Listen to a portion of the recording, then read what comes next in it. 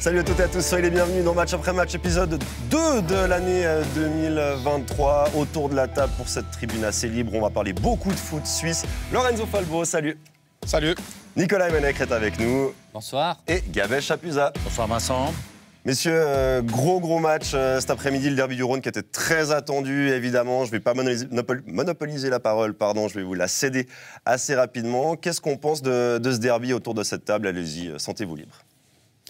Un beau derby. On a eu deux mi-temps complètement différentes, avec une première mi-temps dominée par Servette tranquillement, peut-être trop tranquillement justement, et puis une deuxième mi-temps un peu folle où Sion n'a pas d'occasion, mais deux buts, quoi. Donc voilà, un derby avec beaucoup de...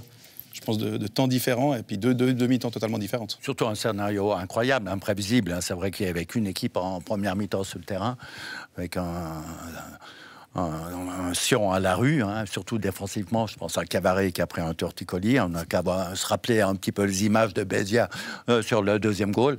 Une mauvaise relance, petit pont, il y a tout eu. Et puis là, je donnais vraiment pas 5 centimes, j'ai remis sur l'échange de FC Sion. Et puis je pense que Servette, ils ont été peut-être un petit peu freinés, un petit peu traumatisés, entre guillemets.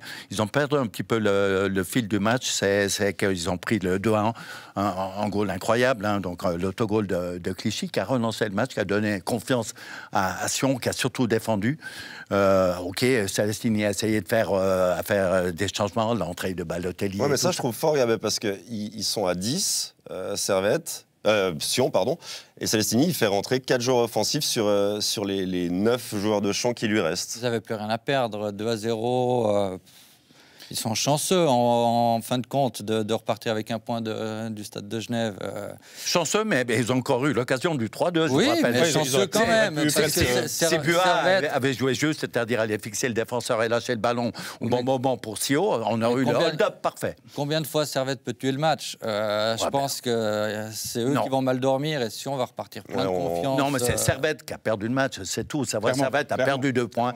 Et pour Sion, c'est ça a l'air inespéré. Il y en a plusieurs qui vont mal dormir. Ouais, puis il commence. Alors, de nouveau, on sait que 2-0 à la mi-temps, c'est jamais un score. Ça peut paraître un bon score, mais finalement, c'est un score très dangereux. On le sait, on a vu beaucoup de matchs. 10 minutes du foot, ça. 2-0, c'est dangereux. 1-0, c'est plus dangereux. Mais le problème, c'est quand tu rentres sur la deuxième mi-temps. Et Servette est rentré très tranquillement. Après, il y a cet autogol. Très rapidement. Voilà, donc assez rapide. Puis là, ils sont goal, même si c'est Clichy qui le deuxième, but de Sio, but de Sio, mais bon, le deuxième est autogol. Le premier, c'est quand même, on peut le dire, une erreur d'appréciation. Voilà, d'appréciation avec un type d'expérience, peut-être une erreur d'appréciation, mais en tout cas une balle un peu compliquée. Puis c'est vrai que la Servette, tout d'un coup, ils perdent le fil. Non, mais ils n'ont aucune excuse. Ok, ils ont perdu le fil. Moi, je crois qu'il y a un côté panique. Il y a un côté panique de se dire on est à 11 contre 10, on prend ce but, on n'a pas le droit de perdre des points dans ce match. On n'en a pas parlé, ils étaient en supériorité numérique. Bien sûr. Vraiment, tu n'as aucune excuse à ce niveau-là. Je crois qu'il y a un homme qui leur fait perdre le fil. C'est Balotelli. Je suis assez d'accord. Il rentre et il touche quasiment pas de ballon. Mais on sent qu'il est là, il énerve un peu tout le monde. Il a foutu le bordel, comme on dit, on est bien d'accord. Ça fait partie du football aussi. Mais Nicolas l'a dit, mais il aurait dû prendre rouge. Il me l'a dit en antenne, c'est de la déstabilisation des défenseurs aussi. C'est vrai? C'est pas que le poids. Non, c'est l'expérience. Non, c'est l'expérience du joueur, des atmosphères chaudes. Je pense qu'il adore jouer ce genre de match. C'était un match pour lui aussi. Il avait tout à gagner. Et au final, même si lui, il n'est pas concerné sur les réussites, c'est là où c'est fort. Il a provoqué. Il a provoqué l'énervement de Séverin. Séverin, pour moi, à un moment donné, il sort du match aussi. Ce qui fait que si lui sort du match, les autres... évidemment, il a joué son rôle, Balotelli. En hockey sur glace, si on peut faire une comparaison avec un sport qui est quand même relativement connu en Suisse, un entraîneur qui est en difficulté, il met sa 4e ligne, il demande, vous allez frapper. Les enforcers, ça s'appelait, non? Frapper les joueurs clés adverses. Non, mais là, on peut dire coaching gagnant de Fabio, parce que finalement, c'est vrai, il fait rentrer Balotelli qui déstabilise les défenseurs. Puis après, les autres changements très offensifs. Voilà, il n'avait plus rien à perdre, certes, mais bien joué le coup. Puis après, malheureusement, c'est Servette. Oui, mais Servette perd le match. L'autogol sans occasion, je vous rappelle. Non, mais Servette perd le match. Non, deuxième mi-temps. Servette devait déjà plier le match en première mi-temps, je pense à Pluquet. C'est vrai, heureusement, on a remarqué qu'il a qu'un pied, c'est le pied gauche, mais c'est vrai que le match, il aurait dû le plier, il aurait dû être terminé. Servette peut s'en vouloir, et je pense c'est dommage, parce que c'est des points qui coûtent cher. Là où c'est fort, c'est que Balotelli ne marque pas. mais on parle quand même de lui à la fin du match. Mais parce qu'il a apporté autre chose. Au niveau du foot, Au niveau du foot, rien. Mais sur le terrain, le tennis, ça pèse. Après, il a de la chance de rester sur le terrain. Parce que M. Schneider, il a été très rigoureux et il a suivi le règlement très très fort avec Cyprien. Si on en revient à l'arbitre, le double carton et l'expulsion, la première faute, est-ce que c'est carton jaune ? Oui. À discuter, il y a une petite faute. Voilà. Mais oui, mais il y a une expulsion après. Ça veut dire qu'il y a l'expulsion. Moi, j'en ai marre d'entendre ces discussions. Il ne faut pas donner parce qu'il y a expulsion derrière. Si un règlement dit c'est jaune parce qu'on applaudit, ben c'est jaune parce qu'on applaudit. À la première, à la 90e minute, un joueur averti. Mais Nicolas, vous devez travailler à la police, le règlement, on est d'accord. Mais il y a un petit peu de philosophie. Mais ce n'est pas la faute de M. Schneider. De l'interprétation du règlement. Alors, sur le deuxième carton jaune, je suis d'accord, il ne doit pas applaudir. Pour moi, le carton jaune de départ, non, mais il est un peu sévère. Mais moi, le problème que j'ai avec ça... la deuxième partie... On peut siffler. Voilà, on peut le siffler, donner carton jaune, un peu sévère. Le problème que moi j'ai avec ça, c'est que M. Schneider, il suit le règlement pour Cyprien, et quand c'est Balotelli, en deuxième mi-temps, qui fait des grands gestes alors qu'il vient d'être averti... Ça, j'entends. Il ne suit pas sa ligne. Parce que pour moi, l'important dans un match, c'est qu'on comprenne quelle est la ligne de l'arbitre. Et il suit ce règlement-là et cette ligne-là qu'il impose aux joueurs. Et il ne le fait pas parce que c'est Balotelli. Et ça, pour moi, ça me pose problème dans ce match-là. J'irai pas aussi loin que Carlos tout à l'heure quand il a dit que le problème du match, c'était l'arbitre. Non. C'est vrai que M. Schneider, je vous rappelle que la semaine passée, pour un cas incroyable, c'était l'histoire quand Guy Menot a marqué le 1-0, qu'il a légèrement enlevé son maillot. On l'avertit alors que c'était un message au pauvre Gacetta. Ça, alors, quand vous me dites que c'est un règlement là, moi, je ne suis même pas certain qu'il a vu exactement ce qu'il y avait sur le t-shirt. Non, c'est le fait de lever son maillot. C'est le règlement. Voilà. Mais ça, c'est quelque chose. Dans le cas de présent, c'était malvenu. Mais aujourd'hui, c'est quelque chose qui se pratique dans tous les championnats. En Espagne, il n'y a pas très longtemps, il y a eu le cas à Villarreal où un des anciens présidents est décédé, puis le joueur lève le maillot, il prend jaune, et c'était le deuxième, et il est expulsé. Donc, c'est le règlement. Je suis d'accord, mais c'est comme ça. À la fin, c'est vrai que... il connaît aussi le règlement. Il n'a pas à le faire. Voilà. Non. Il n'a pas à le faire. Et M. Schneider, il n'est pas responsable du fait que si on n'a pas joué la première mi-temps, il n'est pas responsable non plus du fait que si on revient en deuxième mi-temps. L'expulsion de Cyprien, elle était déjà après le 1-0. Servette dominait ce match après le 2-0 même, pardon. Servette dominait ce match-là. On s'est dit, voilà, ça va enterrer Sion. Après l'expulsion. Ouais, j'en ai parlé. Oui. Non, mais clairement, Servette a perdu 2 points. Ça, c'est une évidence. Mais ils peuvent s'en prendre qu'à eux-mêmes. Ils peuvent s'en prendre qu'à eux-mêmes parce qu'après 2-0 à la fin de la première mi-temps, ils avaient les moyens, peut-être même de tuer le match en première mi-temps, et puis de rentrer en deuxième mi-temps avec un autre esprit. Et c'est vrai que on a senti ce petit flottement. Le goal qui arrive très vite, et puis après, là, c'est plus un flottement, c'est vraiment... on sent qu'il y a moins de fluidité dans les actions. Le deuxième goal... Le deuxième but, il y a aussi manque de chance, la pointe d'Olin qui vient contrer, tout ça, c'est vrai. Enfin, bref... Mais après, un bel état d'esprit de Sion. Même s'ils n'ont pas eu d'occasion, ils sont battus comme des fous. Ça fait le deuxième match. Ils sont battus. Lugano, c'est un peu le même cas. Ils commencent à gagner des duels, ce qui n'était pas le cas en première mi-temps. C'est quand même quelque chose d'important. Ils ont tout donné. Un bel esprit. Ils étaient morts à la fin du match. On a vu Santini qui était... Mais des deux côtés aussi, ils étaient morts. Et c'est la preuve que le derby était de qualité. Il y avait de l'intensité. Franchement, on se plaint assez régulièrement. Des matchs sans émotion. Des matchs sans émotion et tout. Il y avait 15 000 personnes au stade. Même si la plupart sont partis déçus parce que Servette n'a gagné qu'un point. Peut-être qu'ils ne reviendront pas. Mais moi, je pense que ça donne envie de revenir. Après, historiquement, tous les derniers derbys qu'il y a eu, c'est toujours difficile. Servette a toujours de la peine à s'imposer contre Sion. Donc voilà, mais c'est vrai qu'aujourd'hui, on a vu entre guillemets, un beau derby avec 2 mi-temps différentes, mais on a vu du football, on a vu des belles choses, puis il y avait une belle ambiance. Donc c'est aussi ça qu'on aime dans les derbys. Les émotions. Ouais, c'est ça qu'on aime dans les derbys. Au niveau du foot, j'ai vu une bonne première mi-temps, la deuxième mi-temps. Et la deuxième était plus hachée. Comme on dit maintenant, juste par rapport aux émotions, c'est comme la finale. On a eu des belles émotions. C'est comme la finale de la Coupe du Monde, tout le monde a dit extraordinaire et tout ça. Alors que pendant ça a commencé à la 77e. Il n'y avait rien. Il n'y avait plus d'équipe sur le terrain, il n'y avait pas de match. Mais là aussi, on est sur un match. C'est le scénario du match. On est sur un match plat, 2-0, tranquille. Puis tout d'un coup, paf, ça s'emballe. Cette erreur de Clichy. Bah oui, mais c'est aussi pour ça qu'on va avoir des matchs de foot. Après, et je pense que les émotions étaient belles. Pas convaincu qu'il y ait une équipe qui sorte gagnante de ce match-là. Ça a été dit, Servette est ultra déçu. Sion on fait un point miraculeux, certes, mais c'est peu. Je pense que c'est un point de match. C'est un point de match. C'est-à-dire qu'il y a eu toute la préparation. Il y a Fabio Celestini qui est arrivé. On a promis un projet de jeu. La réponse, elle sera en partie connue après le prochain match. C'est Zurich à Tourbillon. Et Zurich, attention Zurich. Il y a 5 points de différence entre les deux équipes et il y aura 5 points au coup d'envoi parce qu'il n'y a pas de match entre deux. Et si Sion perd contre Zurich, alors il y aura peut-être toujours Winterthur derrière, mais... Match important. Sion qui a cette capacité à perdre les matchs contre des équipes mal classées. En Oui, vrai, et à relancer certaines équipes. Hein. Mais là, je pense que, justement, si on prend ce match-là, pour moi, c'est Sion qui sort gagnant, entre guillemets, par rapport à la confiance, justement, qu'ils ont. Ça fait 2 fois qu'ils reviennent dans des matchs. Alors aujourd'hui, on peut voir comment ils sont revenus, mais ils sont revenus. Ça veut dire que voilà, c'est vrai que ce match contre Zurich est vraiment très, très, très important. Il faudra quand même résoudre certains problèmes. Oui, c'est d'accord. C'est là où tout à fait. Vainqueur au niveau moral. Ouais. Par contre, au niveau du jeu, c'est inquiétant. On est bien d'accord. Parce que Fabio Sassini a quand même mis Reto Ziegler sur le banc après ce premier match catastrophique. Balthazar, il prend un bouillon énormissime en première mi-temps aujourd'hui. Et puis Cavaré, il a été catastrophique. Donc qu'est-ce qu'on fait? Clairement, ils ont un problème sur le côté gauche. Je veux dire, le côté gauche de Sion, clairement, il y a un souci. Et on le sait. Aujourd'hui, malheureusement, Ziegler, il l'a mis là parce qu'il avait besoin de le mettre. Il remet Balthazar, qui à la base n'est pas un latéral gauche. Mais vous avez fait juste pour tension. Vous avez été chercher Moubanjé, qui est un vrai latéral gauche. Malheureusement, le problème, chaque fois qu'il est rentré sur le terrain, il s'est blessé. Pas là. Mais c'est vrai qu'ils ont un gros. Mais Balthazar, c'est pas une surprise. On sait très bien. C'est pas un latéral. Mais c'est ça le problème de Sion. Aujourd'hui, et d'ailleurs on le voit. Il a fait ils ont vraiment un problème de ce côté gauche. Et j'espère que, voilà, je pense qu'ils sont en train d'y travailler certainement pour peut-être, on n'oublie pas que le mercato continue. Voilà, mais c'est vrai qu'ils ont un souci sur le côté gauche. Là, on l'a encore vu aujourd'hui. Puis après, Cavaré qui a fait un match catastrophique, qui est sorti de son match à ce moment-là aussi. Je bien pense. sûr. Il relance pareil, un petit pont derrière et l'ouverture du score. Il fait 3 erreurs de suite quasiment. Il fait une mauvaise relance. Il se fait mettre dans le vent, puis après, pour finir, il a pris cher. Mais ça fait un moment que Cavaré est à côté de ses pompes. Sur ce match-là, en tout cas, il n'a pas été son avantage. Je me souviens, la dernière claque avant la trêve, là, quand ils ont pris 7 à la maison contre Cal, il était catastrophique. On l'a un peu épargné, mais Santini, il était aussi dans le dur, à bout de force dans les courses, il a de la peine à suivre. Un peu de manque de compétition. On n'a pas pu jouer la semaine dernière et tout. Il était suspendu. Mais je pense que le problème aujourd'hui dans l'axe, c'est Cavaré, c'est pas Santini. Et j'aimerais rappeler les propos de Fabio Sassini qui disait que lui, ce qui l'intéressait, c'était la possession du ballon dans le tiers adverse. Bon, ils n'ont jamais été. Pour le coup, ils n'ont pas été souvent. C'est un peu facile.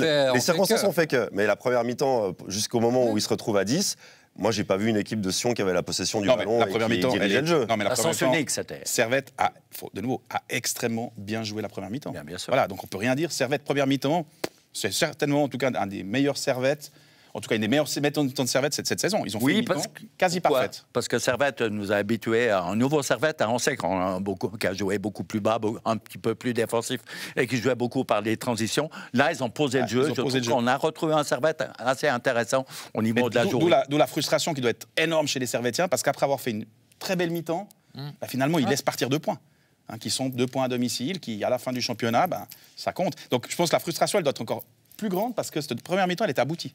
C'est de nouveau une journée où personne gagne à part IB et Lucerne et Zurich qui sont plutôt jusqu'à maintenant en deuxième partie de classement et les poursuivants de Young Boys. Ça remonte gentiment, puis on retrouve de nouveau un classement qui va se resserrer. On va avoir ce monstre paquet certainement jusqu'à la fin. Jusqu'à la fin du championnat. Bien sûr. Bon, je vous propose de parler de la deuxième place dans quelques instants, mais on peut poursuivre cette discussion peut-être axée Servette parce que c'est un des points qui a été évoqué avec le directeur du football de Servette, Philippe Senderos, à la mi-temps. La non-prolongation d'Alain Geiger, en tout cas pour le moment, ça n'a pas été annoncé, mais il est en fin de contrat cet été. Qu'est-ce que vous dites de ça? En tout cas, on ne peut rien enlever au bilan de Geiger sur cette 5e saison aujourd'hui. Voilà, je veux dire, c'est un des entraîneurs qui est resté le plus longtemps en place, alors qui est un des entraîneurs qui est le plus longtemps en place en Super League avec Zeidler, mais au Servette, c'est un des entraîneurs, je pense, sur les 30 dernières saisons, qui est resté le plus longtemps. Donc, avec une promotion... 5 ans, depuis 2018. Voilà, c'est sa 5e saison. Moi, j'ai eu la chance, au tout début, quand Steve Rouillet arrive à Servette, c'est suite à une discussion avec Geiger. Steve était à Lugano. Voilà, il y avait un projet, et finalement, le projet qui a été présenté est le projet qui s'est fait. Donc non, moi je pense que sur le bilan comptable, on peut rien lui reprocher, finalement. Après, voilà, les dirigeants verront s'ils veulent continuer l'aventure, et ils l'ont encore dit, ils vont attendre fin mars. Est-ce que c'est trop tard? Est-ce que c'est pas assez tard? Voilà, mais en tout cas, ils vont attendre. Pour le moment, c'est pas défini, je pense. Mais en tout cas, sur le bilan, on peut rien dire. Pas seulement cette saison, il a ramené Servette en Super League, il les a emmenés en Europe. Non, sur le bilan total, rien à dire. Je veux dire, 3e, 4e, 6e, puis aujourd'hui, il commence le deuxième tour 2e. bilan comptable. Son palmarès sur ses 5 ans, palmarès entre Voilà. guillemets, parle en sa faveur. Parle en sa faveur, on est bien d'accord. Donc je pense qu'on ne peut rien lui reprocher Ouais, là-dessus. Maintenant, si Servette doit changer ou va changer, c'est peut-être plutôt un choix stratégique sur le futur. C'est peut-être ça. Mais de nouveau, c'est vraiment plus un choix stratégique qu'un choix, je dirais, sur la qualité de l'entraîneur sur ces dernières années. Voilà, je pense que ça va être plutôt, s'il y a vraiment un choix qui va se faire, c'est où on continue dans cette optique-là, encore une saison, ou alors est-ce qu'on fait un changement radical et on change de philosophie. Mais ça, seuls les dirigeants servétiens en ce moment Moi, ont mon la réponse. sentiment, et j'ai aucune info, pour de vrai, personne ne m'a donné des informations, c'est que Servette aime pas spécialement le conflit avec ses fins de contrat Et le changement. et le changement. Mais Alain Gaguerre, et pour moi le choix il est déjà fait au club, et je n'en sais rien, c'est des suppositions. On va laisser son contrat arriver à terme, on va pas le prolonger, et on va pouvoir repartir dans un cycle nouveau avec un autre entraîneur. Il va falloir trouver la bonne personne. J'espère pour eux qu'ils ont commencé à chercher déjà si c'est leur volonté de changer d'entraîneur. Et ça va permettre une fin en douceur plutôt qu'un truc conflictuel avec Alain Gaguerre. Parce que la vérité, et c'est ce qu'a dit Lorenzo, on peut rien enlever à ce qu'Alain Gaguerre a fait avec Servette sur ces 5 années. Non, mais je crois qu'on ne peut pas arriver à un conflit 5 années, pardon. avec un entraîneur qui est resté 5 saisons au Servette. De nouveau, il ne va pas y avoir de conflit. Si ça doit s'arrêter, ça s'arrêtera de manière effectivement naturelle. Mais voilà, mais je pense qu'aujourd'hui, en tout cas, on peut en tout cas rien dire sur le bilan. Ça, Mais c'est imaginons, Servette décide fin mars de se séparer d'Alain Gaguerre. Pour la fin Non, de ça saison. ne part pas. On ne renouvelle pas le contrat. On ne Voilà. renouvelle C'est pas le différent. contrat. Il ne renouvelle pas, c'est vrai. C'est autre différent. chose. Alain Gaguerre emmène Servette à la 2e place et en finale de coupe, voire vainqueur de la coupe. Merci Alain. C'est juste ça. Non, mais après, Non, mais on s'est compris. alors de nouveau, Et tout va, juste ça. tout va dépendre, et c'est pour ça que je parle d'un choix c'est- stratégique, tout va dépendre de la stratégie que le club veut mettre en place. Est-ce qu'ils veulent effectivement Non, mais ce que- repartir ce sur un que dit nouveau Non, mais- Nicolas est autre chose. C'est genre si les résultats ils sont extraordinaires par Ouais, mais rapport aux alors, attentes. c'est déjà arrivé dans d'autres clubs. Mais le reproche qui est souvent fait à Alain Gaguerre, c'est qu'il ne fait pas assez jouer les jeunes. Je crois qu'on est d'accord. C'est le Ouais, alors, reproche qu'il lui a fait. c'est ouais. des reproches qui sont Mais faits c'est infondé. à tous les coachs dans quasiment tous les clubs aujourd'hui. Voilà. Mais il est quand même pas assez fou. Est-ce qu'il avait vraiment des jeunes quand Mais Super j'allais- Niveau, j'allais vous il les dire. aurait introduits, moi je suis convaincu. Tous ceux qui ont été prêtés à gauche et à droite en Challenge League pour obtenir du temps de jeu, et au final, je crois que Servette ne regrette aucun choix de joueurs qui sont partis, qui Et ont puis les essayé de joueurs revenir. progressent. Les jeunes joueurs du Servette progressent gentiment. Oui, On mais voit- on voit. aucun ne s'est véritablement imposé Imposé. dans un autre club Bon, il y plutôt a qu'à Albert qui Servette. est en train de prendre le bon pli du côté de Saint-Gall. Alors lui, mais lui, Mais- il est définitivement plus sérieux. Oui, mais C'est bon, vrai que- c'était quand même Mais- un espoir du Oui, club. Moi, je l'ai connu tout à quand fait. il jouait avec Mais- les moins de 21. C'est pas un joueur qui s'est encore imposé et qui Non. doit laisser beaucoup de regrets à Servette et à Aucun Alain regret. Gaguerre. On est bien d'accord. Donc, Ils n'ont pas raté une SAR. ils ont vraiment pas raté une star parce que Alain Gaguerre décide de faire confiance à son 11 de base et pas forcément aux jeunes joueurs. Non, mais moi, ce que j'ai entendu, il y a quand même des salangues parmi certains joueurs, et certains anciens joueurs de Servette, qu'on dit ils en aient ras-le-bol d'Alain. Mais si c'est Entre vraiment guillemets, le cas- mais vous savez, c'est pourquoi Si c'est C'est vraiment le parce qu'ils cas, ils disent, n'obtiennent pas les résultats c'est actuels. un entraîneur, c'est l'ancienne mode, voilà, c'est pas le nouvel entraîneur avec. Voilà. Oui, mais après, ça, c'est des, Je sais pas si tu as lu les bouquins de Guardiola. Et, c'est des discours qu'on retrouve voilà, souvent. Mais... c'est le discours que j'ai beaucoup entendu. crois Vieille école, comme ils disent. Ouais, alors vieille école, mais après, est-ce que vieille école, Mais qui fait nouvelle des école, points et qui fait des résultats. À la On est bien fin, d'accord. aujourd'hui, je pense que le bilan, il est simple. Il a fait 5 super saisons. Si les dirigeants décident de changer, c'est parce qu'ils ont une idée derrière la tête. Est-ce qu'ils vont le faire? Est-ce qu'ils vont pas le faire? On ne le sait pas encore, finalement. Mais aujourd'hui, c'est clair que si en fin de saison, ils obtiennent une deuxième place, ils gagnent la coupe, puis qu'ils ont décidé avant Le choix ce sera comme ça. extrêmement difficile C'est pas parce facile, qu'il y a c'est pas vraiment facile. des arguments qui pèsent pour la continuité Exact. et pour Et- le changement. Mais c'est là où Et c'est le mérite d'Alain Gaguerre de mettre ses dirigeants par rapport à une telle difficulté. Et je pense que c'est pour ça qu'ils n'ont pas encore donné de décision. Ils sont effectivement dans un dilemme où on a un entraîneur qui... Mais il faudra trancher. Mais il va hein, falloir là-dessus. trancher. Et ils vont le faire, puisque c'est le football. À un moment donné, ils vont devoir trancher. Mais ils ont effectivement ce dilemme d'un entraîneur qui bon an, mal an, a tout quasiment fait bien, finalement. Hein, Il a fait tout juste, on peut Et dire. puis, maintenant, est-ce qu'on se dit, OK, on repart sur un nouveau cycle, avec un nouveau coach, plus jeune, différent, un autre style, Moderne. ou alors, moderne ou pas, mais en tout cas, un autre style, ou alors est-ce qu'on Et sans est dans la savoir ce qu'on a continuité vraiment. C'est ça. Mais ça, je crois que c'est aussi, ça fait aussi grandir On les ne saura clubs. jamais. Hein. Bon, au moment mais un club, il au moment grandit où aussi avec Servette ça. signe Alain Gaguerre comme entraîneur en Challenge League, je crois qu'il y en avait beaucoup, et peut-être certains autour de la table qui en faisaient partie, qui doutaient ou qui trouvaient ce choix étrange. Alors, on peut Parce trouver qu'on le ne choix connaissait échange. plus. Ça n'a Ouais. pas fait l'unanimité. Ça n'a pas on fait est bien l'unanimité, d'accord. ça c'est Ou si sûr. ça a fait l'unanimité, c'est contre lui. Ouais. Plus que pour lui. Je reviens Et là-dessus. peut-être même Il y qu'à avait des Servette, il n'y a pas sceptiques tout le monde qui croyait dans Il y ce avait beaucoup de projet. sceptiques qui avaient parlé. Non, mais il y avait quand des même. sceptiques, mais moi, pour en avoir discuté, justement, faire un choix avec un joueur de rejoindre le Servette quand le joueur était en Super League, on est parti en Challenge League, il y avait un vrai projet. En fait, quand Geiger arrive au Servette, il y a un projet. Qui a peut-être même plus marché que ce qui était attendu. Ouais, en tout cas, c'était le projet. Il s'est bien mis en place. Donc, il avait des arguments. Et alors, peut-être sur le champ, on peut être surpris au départ, mais en tout cas, moi, au début, je l'ai trouvé tout à fait, justement, en phase avec le projet du Servette à ce moment-là. Puis la preuve, c'est qu'ils ne sont pas trompés.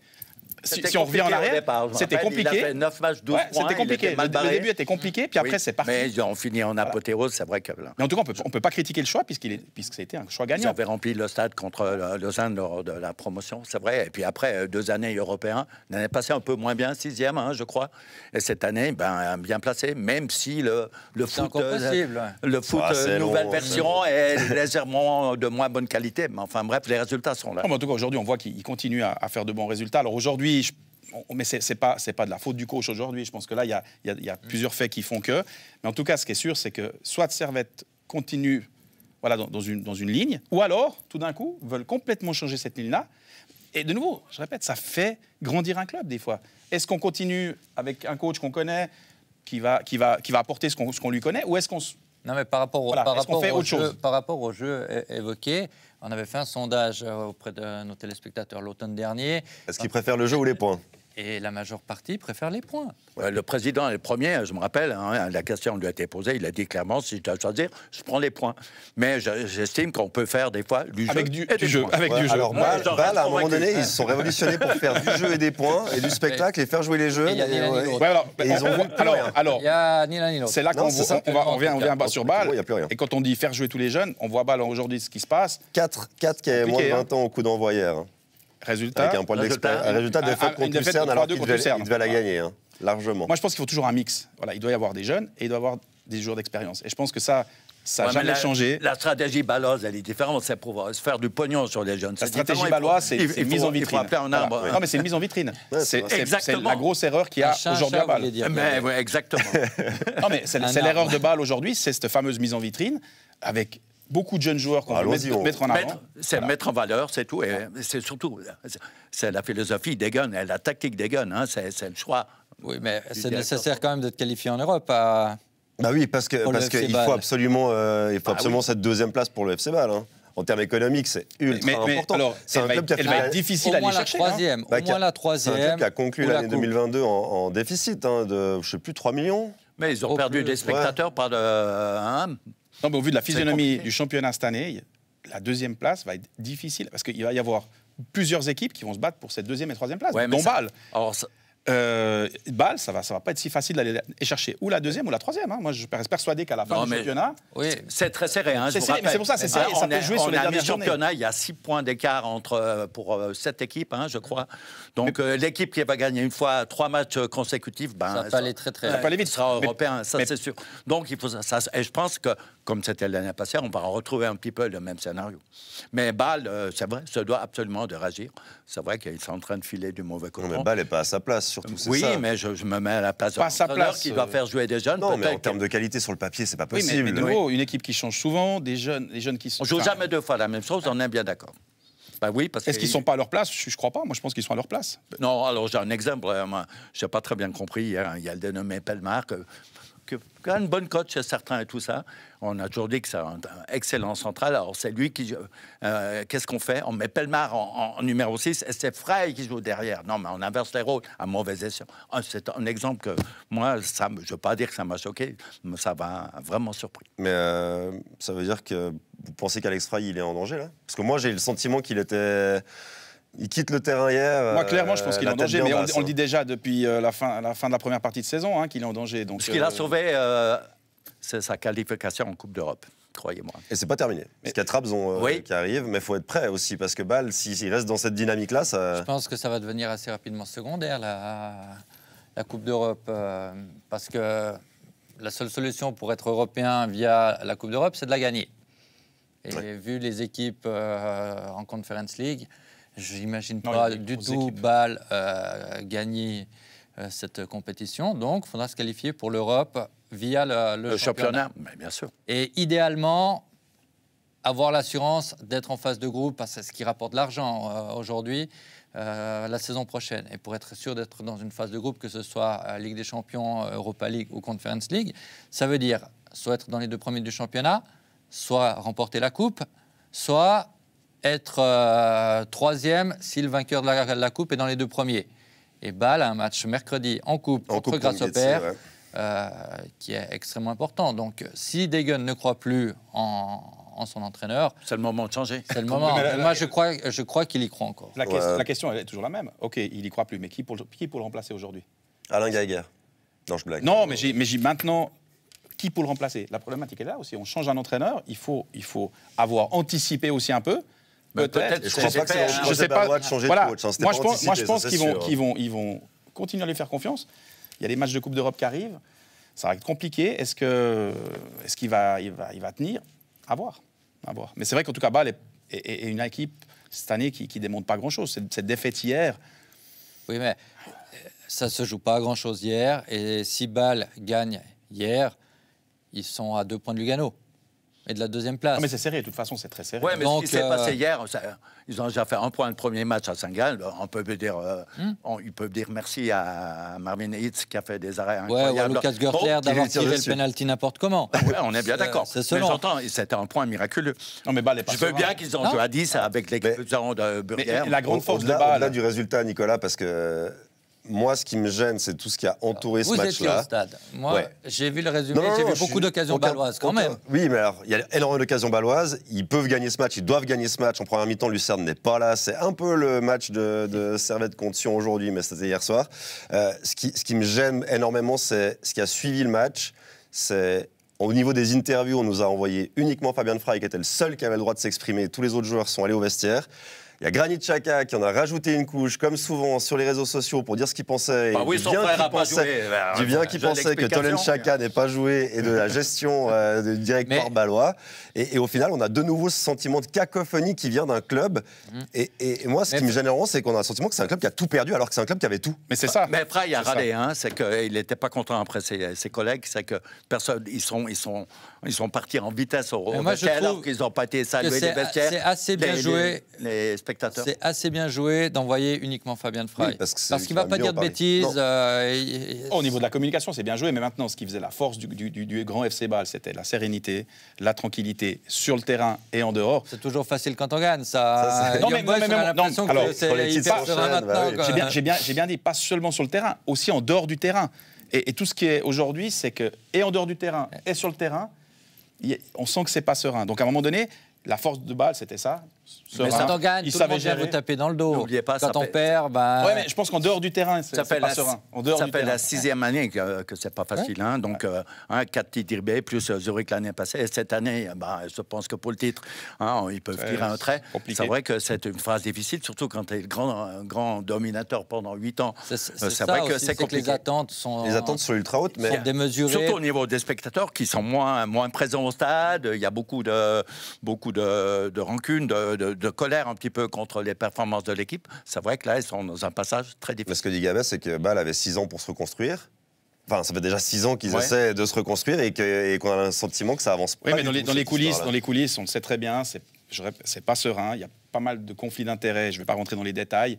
Voilà. Mais je pense qu'aujourd'hui, la gestion qu'on a eue du FC Bâle à l'époque était une gestion saine, sereine et qui avait un reflet sur le terrain. Ouais. Aujourd'hui, ce qui se passe en dessus, finalement, ça descend et sur le terrain, donc pour moi, c'est un tout. Un club, c'est un tout. C'est pas et plus c'est tranquille au niveau du club, plus les joueurs sont sereins et jouent tranquillement. Et un coach est serein aussi. Quand ça fonctionne en dehors, ceux qui auraient un avis critique à émettre, ils se la bouclent parce qu'ils ne vont pas critiquer quelque chose qui va bien. Et quand ça va un peu moins bien, ces gens sortent du bois et effectivement, ça crée du remous. Et après, c'est la qualité de dirigeants de savoir gérer cela. Et peut-être effectivement à Bâle, avec Burgener, ça... Ouais, je pensais pas spécialement à Burgener. Je pense qu'il y a aussi pas mal de choses, de nouveau, en dehors du terrain qui se passent. On le voit avec les joueurs qu'ils arrivent. Voilà, pour moi, il y a énormément de conflits d'intérêts dans ce club aujourd'hui. Et puis, je pense que c'est la problématique de mise en vitrine de joueurs. De nouveau, c'est la politique choisie par Degen, on est bien d'accord. Mais encore pire que ça, c'est que finalement, on met en vitrine des jeunes joueurs qui viennent de l'étranger. C'est-à-dire que déjà, on n'arrive même plus à mettre des jeunes joueurs du FC Bâle en vitrine. Et ça pour moi, clairement... Y en a-t-il autant qu'à l'époque il y en a certainement peut-être pas autant, mais à un moment donné, ça doit poser des questions. Et de nouveau, on voit ce qui se passe aujourd'hui. Pour moi, c'est un club, quand il allait bien, il sortait des jeunes joueurs de talent régulièrement, ce que fait de nouveau IB maintenant. Ouais. Et Bâle ne le fait plus. Bâle ne le fait plus. Mais parce que quand tout va bien, c'est plus facile de lancer des jeunes parce qu'ils sont mieux entourés que quand ça va un peu moins bien. C'est pas qu'ils lancent pas des jeunes, c'est qu'ils font venir des jeunes de l'étranger. Non, mais les jeunes du propre club. Les attentes sont toujours plus élevées. On parle de 2003, de 2002, si on veut donner des dates. Si tu fais venir des 2003, des 2002, puis que tes jeunes joueurs vont pas pouvoir aller jouer. Ils n'auront pas la place. C'est pas possible. Je veux dire, maintenant que tu fasses faire venir un joueur de 23, 24, 25 ans qui apporte une plus-value d'expérience, ok. Mais quand tu fais venir des jeunes joueurs qui ont le même âge que tes M21, ça pose des questions. Voilà. Et Bâle, ces derniers temps, c'est beaucoup de transferts comme ça. Mais certainement que les dirigeants ont jugé que les joueurs actuellement en moins de 21 n'avaient pas le niveau. Et les derniers qui sont arrivés... Il suffit de regarder le classement. C'est vrai que ça fait quelques années que les moins de 21 de Bâle sont en difficulté. Et ceux qui sont montés en première équipe ont aussi eu leur chance, ne se sont pas imposés. Exactement. Ils ont été prêtés dans certains clubs et ne se sont pas imposés. Chiapetta, maintenant Chipperfield, il a eu sa chance aussi. Il ne s'est pas imposé. Ouais, donc il n'y a pas non plus. Il n'y a pas non plus. Non, mais il y a des bonnes volets, il y a des bonnes générations. Et puis il y a, bien sûr. Il y a des. Malgré que tu travailles de façon, je pense, très sérieuse au niveau de la formation, il y a des volets de moins bonne qualité. Ça arrive, puis tu as un trou. Voilà. Ça arrive, mais là, le trou. Non, mais là, peut-être effectivement que la gestion des 6 dernières années, depuis le dernier titre, a fait que les mauvais choix qui ont été faits aussi au niveau de la formation se payent maintenant parce qu'il n'y a plus de joueurs de qualité. Et je pense que Degen, s'il pouvait faire venir des jeunes de la formation bâloise, ne se gênerait pas de le faire. Et c'est peut-être les erreurs des 5 dernières années ou d'il y a 5 ans en termes de formation qui se payent maintenant, parce qu'il y a aussi beaucoup de changements de toute façon, en termes de formation, directeur de formation. Combien de changements il y a énormément, eu Énormément. Mais c'est pour ça qu'il n'y a pas autant de sérénité. Et la formation, c'est un travail de longue haleine. On le sait. Je veux dire, pour faire arriver des jeunes en première équipe et qui performent, c'est pas sur une saison. C'est un travail, et je te rejoins là-dessus, c'est un travail sur le long terme. Et c'est vrai qu'on Bâle paye certainement les erreurs de ces dernières années. Oui, bien sûr. Si on revient à Servette, ceux qui se plaignent que les jeunes n'ont pas leur chance, la deuxième équipe de Servette évolue en deuxième Ligue Inter. Non, première ligue, premier. Évoluer en deuxième. Non, je m'excuse. Je parlais de la situation actuelle. Évolue en première ligue, devrait monter. Laissez-moi finir les phrases. Si tout va bien. Mais ce qui sera un avantage pour le club. Mais voilà, on ne peut pas aussi demander à des jeunes de sortir de la deuxième Ligue Inter pour évoluer en Super League. C'est sûr que le gap est compliqué, mais là, aujourd'hui, Servette, ça va bien. Se rapproche. Oui, aujourd'hui, si demain, ils ont une équipe en première promo, ce qui semblerait bien parti, oui, la différence entre la première promo et la Super League est moins grande. Et là, je suis tout à fait d'accord, et ça permet aussi de sortir peut-être plus de jeunes et plus rapidement. Ça, c'est vrai. Mais combien de jeunes joueurs sortent de Première Ligue, enfin de Promotion League, pour ne pas utiliser le terme d'aujourd'hui, dans les autres clubs? Alors, les exemples récents, c'est Yachari à Lucerne et Rieder à IB. Mais de ces équipes M21 évoluant en Promotion League, il n'y a pas non plus X joueurs qui s'imposent dans chaque club. Comme on dit toujours, beaucoup d'appelés, peu d'élus. Non, mais de toute façon, ça, c'est pas une nouveauté, et c'est normal. On sait que sur une génération, il y a 1, 2, 3 joueurs. Alors, mais ça, de nouveau, c'était le cas avant, c'est le cas aujourd'hui, ce sera le cas demain. Non, mais regardons Lucerne qui archi-domine actuellement la Promotion League. Combien de ces joueurs vont faire une carrière? Oui, mais ça, c'est le cas en Suisse et à l'étranger. Demain, il n'y aura jamais un cas où tout d'un coup, il y a 7-8 joueurs d'une génération qui vont performer en première équipe. Faut pas rêver, c'est pas possible. Mais non, tu as de temps en temps 1, 2 exceptions. Tu as 2 ou 3 joueurs par saison d'une génération. Et ça, c'est le cas en Suisse, mais c'est aussi le cas à l'étranger. Donc à un moment donné, si on les chiffres sont... il n'y a plus de place pour ceux qui sont formés chez nous. Moi, ce qui me dérange plus, et c'est là, si on parle par rapport à ça, c'est plus le fait qu'aujourd'hui, dans le championnat suisse, on fasse venir, et si on parle d'autres thèmes de mercato, qu'on fasse venir des jeunes 2002, 2003, ça me dérange plus. Voilà. Ça, c'est vraiment pour moi une problématique parce que ça empêche certains jeunes de pouvoir évoluer. Et ça, oui, pour moi, c'est problématique. Ouais, mais je ne suis pas convaincu. C'est vraiment Bâle, ils avaient une. Mais il n'y a pas que Bâle. Il n'y a pas que Bâle. Mais je donne un exemple. Justement, mais il n'y a pas que Bâle qui fait ça. Ils sont quand même pas assez fous. S'il y a vraiment un super talent, je ne pense pas qu'ils vont le laisser. Zurich, dans son centre de formation, n'a aucun Rocco Simic. Non. Autrement, il jouerait. Non, ça c'est vrai. Oui, oui, non, mais là, on Donc, est d'accord. S'ils avaient un joueur comme ça, ils joueraient. Maintenant, est-ce que le fait de venir un Rocco Simic, de le mettre en vitrine pour Ce qui arrive Red beaucoup, Bull. Red Bull est en train de nous placer. Oui, mais Red Bull a un système. Alors, Ouais. le système de Red Bull est huilé. Ils ont l'équipe en Autriche, la première division. Ils ont Liefering en deuxième division, qui est leur réserve. En sachant qu'il y a un système en Autriche qui est intéressant et qui a le mérite d'être regardé, c'est qu'en fait, les joueurs qui jouent à Liefering peuvent à tout moment revenir jouer en cours de saison. Ils ont 2 passeports. Voilà, en fait. c'est-à-dire qu'en fait aujourd'hui, et ça c'est un système qui est assez intéressant, où finalement le joueur qui a Liefering, d'ailleurs c'est le cas des 2 joueurs qui sont arrivés en Suisse. Bon, ils ont ça, Les 2 joueurs qui sont arrivés cette saison en Suisse sont 2 joueurs qui sont passés par Liefering. Mais tous, Guindo, Upamecano, la même chose. Upamecano, il a fait Liefering, Red Bull, Salzbourg, Leipzig. Aujourd'hui, on le retrouve au Bayern. Donc, ils ont un système qui est huilé. Et ils utilisent aujourd'hui la Suisse. Bah, c'est nouveau. Voilà. C'est nouveau. Avant, c'était que Saint-Gall qui avait le droit aux joueurs Red Bull. Ça soit Salzbourg. Oui, mais Saint-Gall, pourquoi? Parce qu'historiquement, Zeidler a entraîné Liefering. C'est près de l'Autriche. C'est près de l'Autriche, mais historiquement, c'est vraiment Zeidler a entraîné et Liefering et Red Bull. Donc, il n'y a aucun doute là-dessus. La nouveauté cet hiver, c'est qu'il y a des joueurs qui sont placés à Lucerne, qui sont placés même à Bâle, avec Novoa qui arrive de Leipzig. C'est de nouveau le Red Bull Leipzig qui place Novoa à Bâle.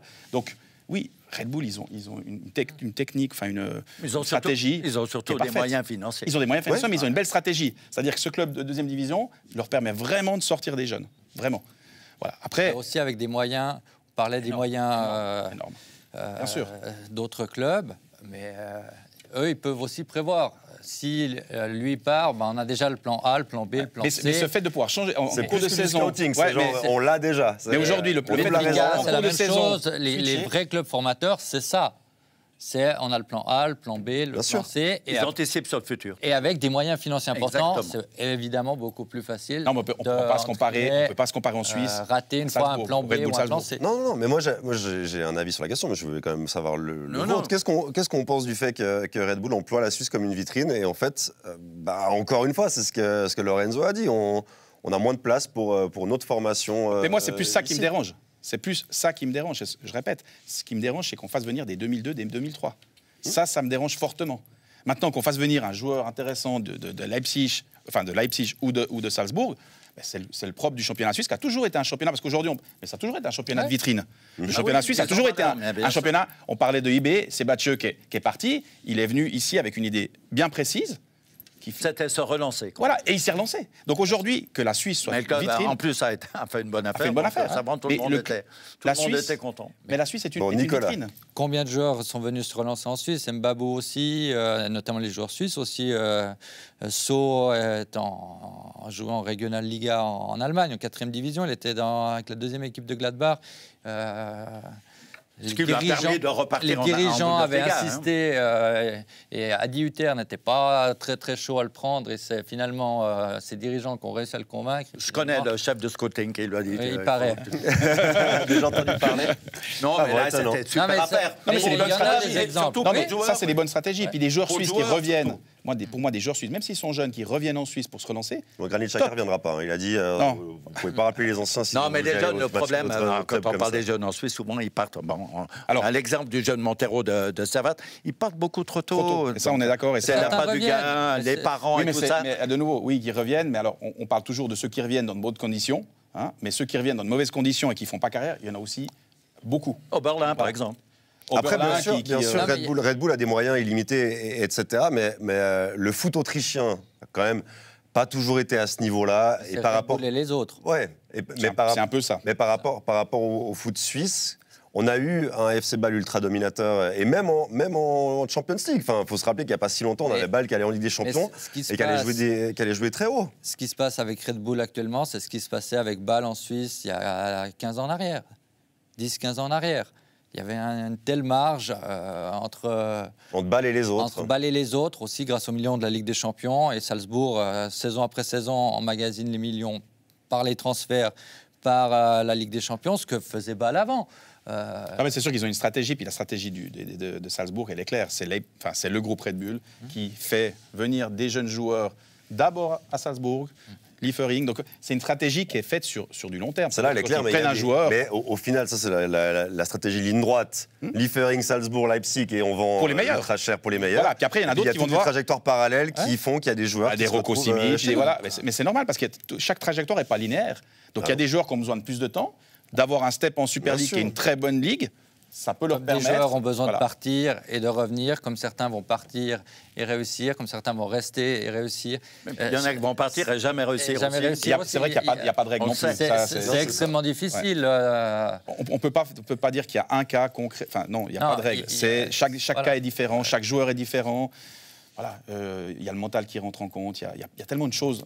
Mais c'est vrai que quand on parle de Bâle, c'est vrai que ça on pense dans le passé, les Rakitic, les Kuzmanovic. Après, est-ce qu'on n'a peut-être pas été justement trop bien habitué avec ça? Salah, il n'y a pas si longtemps. El Neni, en plus, les deux. C'est des anomalies parce que c'est arrivé. Mais aujourd'hui, alors la problématique, elle est peut-être aussi là, c'est qu'aujourd'hui, en championnat suisse, est-ce qu'on a les moyens d'aller chercher des joueurs comme ça? À cette époque-là, on pouvait. Peut-être. Non, aujourd'hui, ça devient difficile. Aujourd'hui, aller chercher un bon Brésilien, c'est quasi impossible pour le FC Bâle ou un très bon Argentin. Si on l'a fait il n'y a pas si longtemps. Oui, mais le gros coup mercato. Bâle l'a fait encore récemment avec Cabral, mais c'est assez rare. C'est de plus en plus rare. Mais Cunha, quand il arrive à Sion. Non, mais les exemples Salah, El Neni, aujourd'hui, c'est Red Bull qui les fait et c'est plus Bâle. Voilà. C'est difficile au niveau du recrutement. Et c'est pas IB non plus. Parce que IB, ils ont peut-être moins cette flamboyance d'aller chercher. Ils n'ont pas les mêmes moyens là-bas. C'est pas les mêmes moyens. C'est illimité. Donc, Non, et IB, j'ai le sentiment que la stratégie, elle n'est pas de prendre aussi jeune. IB prend des joueurs la plupart du temps avec un certain vécu quand même. Ouais. Avec une certaine expérience. Alors, il y a le contre-exemple avec Shaiva, le latéral ou milieu, qui a un tout petit peu joué, mais qui est hyper jeune, mais qui s'est déjà imposé en équipe nationale quand même. Alors, dans un pays mineur, on est bien d'accord. Mais voilà, la stratégie est un poil différente. Et IB fait aussi des belles plus-values avec des joueurs qui se sont peut-être un peu perdus en route. Mais c'est ça, en fait, je pense que IB va plus aller chercher le joueur qui, à l'étranger, est peut-être en difficulté. Ou le joueur mais où eux pensent qu'il y a intrinsèquement des qualités et que le championnat suisse peut leur convenir. Ouais. Et c'est ça, pour moi, la force d'IB. Pour relancer les joueurs, le transfert d'un Imeri, par exemple, moi, j'ai le sentiment qu'IB voit qu'Imeri va être intéressant. Ils peuvent l'acheter à Servette parce que dans le championnat suisse, IB a les moyens d'acheter un joueur à Servette. C'est quand même un cas différent. Et la plus-value, elle va être importante de toute façon. C'est pas un pari perdant pour IB, ou rarement. On ne sait jamais. Mais c'est vrai que c'est de nouveau. Pour Imari, c'est difficile, hein. IB, là, il a un peu de peine. Non, ça va. Moi, Gabin, je pense que ça va aller. Je pense que cette préparation d'été tronquée a beaucoup pesé dans cette performance. Il y a eu un changement là, il y a un changement de club, un changement de stade. Enfin, oui, mais là, il a fait une préparation hivernale pour tout le monde. Imari est quand même un cas différent de Siebatche, de Kanga. Ah oui, tout à fait. Qui n'est pas. Imari, c'est un joueur à la progression régulière. Kanga, Siebatche. Non, mais c'est le propre d'IB aujourd'hui d'aller chercher dans le championnat suisse les joueurs de qualité. Ce que faisait Bâle à un moment, je veux dire, de nouveau, dès qu'il voit qu'un joueur a de la qualité, ce qui est le cas d'Imeri, eh ben, on dit, OK, c'est un joueur qui a du potentiel. C'est la première fois que je vois IB dépenser autant. C'est vrai qu'ils ont dépensé énormément. Et je pense qu'ils ont des attentes avec Imeri qui sont importantes. C'est un joueur qui a vraiment beaucoup de qualité. C'est presque un pari, même. Mais c'est un pari, mais je pense que c'est un joueur qui a des qualités. Maintenant, aujourd'hui, est-ce qu'il évoluera? On n'en sait rien, malheureusement. C'est pour l'avenir, ce sera peut-être pour une autre émission, parce que messieurs, on est au bout de ce match après match. Merci de nous avoir suivis, merci à vous d'avoir été autour de la table. Et puis, on vous donne rendez-vous pour la suite dans une semaine. Allez, salut!